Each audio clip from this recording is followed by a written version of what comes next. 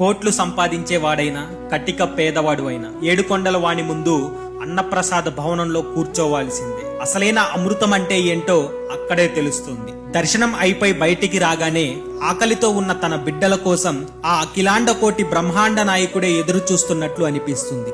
రోజుకు కోట్ల రూపాయల హుండీలో పడిన ఆ స్వామికి అసలైన ఆనందం తన భక్తుల కడుపు నింపటంలో ఉంటుంది. అక్కడ కూర్చొని అరిటాకులో భోజనం చేస్తుంటే పక్కన ఉన్నది కోటీశ్వరుడా సామాన్యుడా అనే తేడా ఉండదు. వడ్డించే వేడి వేడి అన్నం, ఆ సాంబార్, అందులో ఉండేది కేవలం ఉప్పు కారాలు మాత్రం కాదు, ఆ శ్రీనివాసుడి ప్రేమ.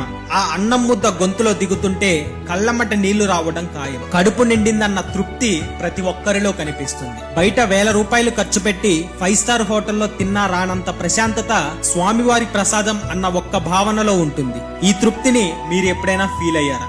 ఫీల్ అయ్యుంటే కామెంట్లో చెప్పండి. మన అకౌంట్ ని ఫాలో చేయండి. ఈ వీడియోని తిరుపతి వెళ్లే భక్తులకు షేర్ చేయండి. ఓం నమో వెంకటేశాయ.